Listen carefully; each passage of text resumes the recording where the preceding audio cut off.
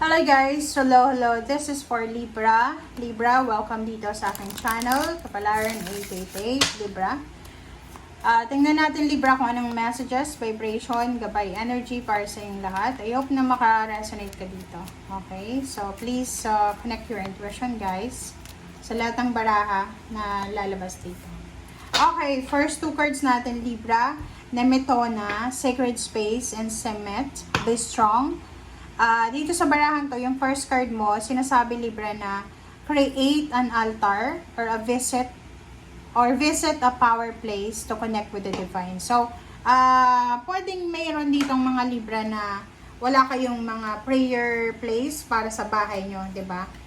Kami nung bata pa kami, meron kaming 'di ba, yung sa bahay, meron kaming altar sa taas. Merong since hindi naman namin afford yung mga statue, meron kayong mga maliit.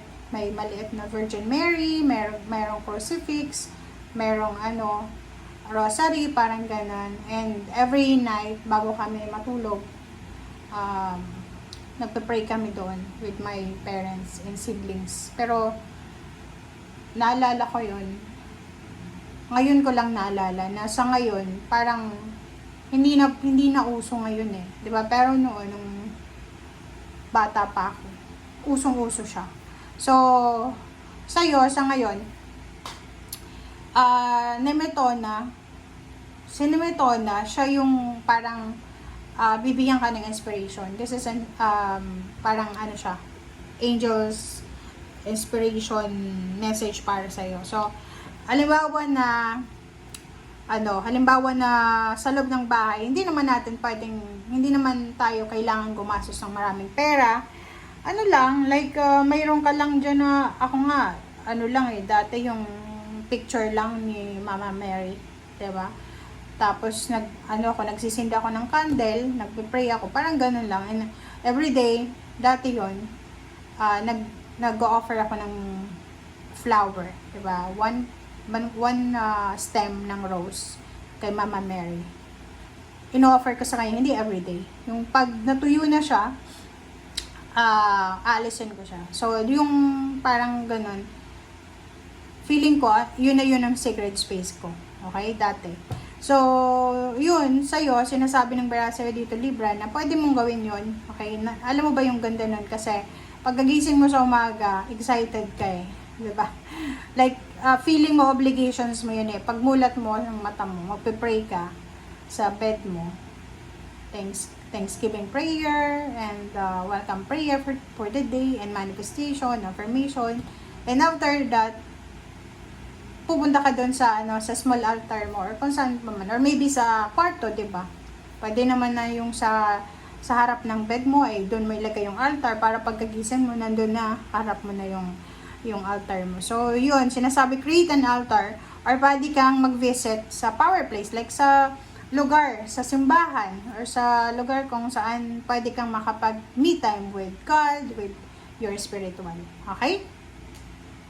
Next card natin is be strong, Semet. You are stronger than you think you are. And your strength assures a happy outcome. Wow. So, yun, di ba? Sinasabi siya ng barahan na you are stronger. Malakas ka. Okay? You are stronger. And baka iniisip mo na mahina ka. No. Sinasabi ng barahan na yung strength mo ay hindi mo pa na-discover. And this strength ay posibleng siya yung maging assurance mo para sa happy outcome. Wow. Ang ganda. Para to sa mga Libra na medyo hindi malakas ang loob. Na parang akala nyo wala kayong power, but this one, sinasabi niyo, you're powerful. Huwag kang matakot.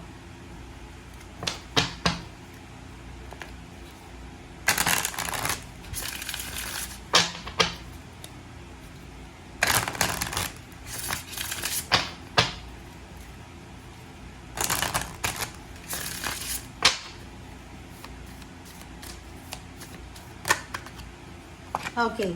Acceptance of love. So, in terms of relationship, nakikita natin na there's parang reconciliation. May mga relationship na posibleng mag-reconcile, like family, intimate, friends, parang ganun. And posibleng yun yung minamanifest mo kasi 8, 9, 10, 11. So, you're manifesting na maayos yung relationship mo. Maging strong yung relationship mo.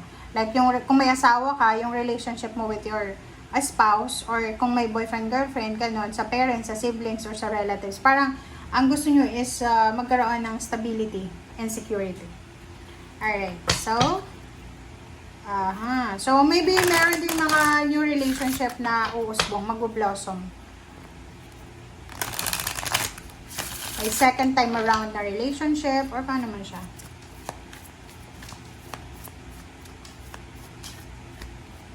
Alright, number 29, so the bros, yun. Meron dito na parang achievement, accomplishment. So, sinasabi ng barahan na may mga iba sa inyo dyan, Libra, na yun, pwedeng magse-celebrate kayo ng wedding anniversaries, monthsaries, maybe maraming celebration kayo na gagawin, or maraming celebration kayo na isa-celebrate, okay? Na pwedeng magdala sa inyo ng happiness and accomplishment. At the same time, yung mga Libra dyan na like may naliligaw ba sa'yo, kung babae ka, posibleng makakapag-desisyon ka na tanggapin na yung panliligaw niya. Or ikaw, lalaki, pwedeng yun, sasagutin ka na niya, parang ganun. Parang ganun. So, yun. Pwedeng may mga relationship dito hindi maayos-ayos, na posibleng maayos na. Okay, dalawa ang the world card. So, nakikita natin dito na mayroon ding mga Libra na single ka man or in a relationship. Posibleng makatagpo ka ng relationship sa ibang lugar or maybe sa ibang bansa. Kung ikaw ay nasa ibang bansa or kung ikaw ay nasa Pilipinas, possible na makatagpo ka ng relationship sa ibang bansa. 7 of Wands, Knight of Wands, 2 of Cups, Queen of Swords. Wow! So, yun na nga. Sinasabi ng baraha sa'yo dito na meron ditong Libra na kailangan yung bigyan ng focus ang yung relationship. There's an exciting relationship na magbo-blossom. Happy relationship na magbo-blossom. Maybe new job, new career na magbo-blossom siya. Okay, wow. Okay, 8 of Wands, there's a good news. Okay. And 7 of Cups. So, there's a good news from water sign, Pisces, Scorpion, Cancer. So, kung ano man yan na hinihintay mo. And nakikita ko sir dito yun, pwedeng may mga issue ka, emotional issues sa mga water sign, Pisces, Scorpion, Cancer, na posibleng maayos siya. And yung 8 of Wands and 7 of Cups dito, yung 4 of Swords, sinasabi ng baraha sa'yo na may possible dito na relationship na maayos. May mag-asawa na posibleng, naghiwalay sila for the moment na posibleng magkakabalikan. There's a new beginnings dito. So, like for example, may bagong obligations ka na naman, may bago ka na naman na duties and responsibilities sa pamilya na kailangan mong bigyan ng pansin. Okay? And sa ilalim mo dito, Ace of Cups and Ten of Pentacles. So, sobrang happy ka or sobrang magiging happy because there's incoming so much money. So the wheel of fortune is here. So sinasabi ng wheel of fortune dito na magbabago ang takbo ng wheel.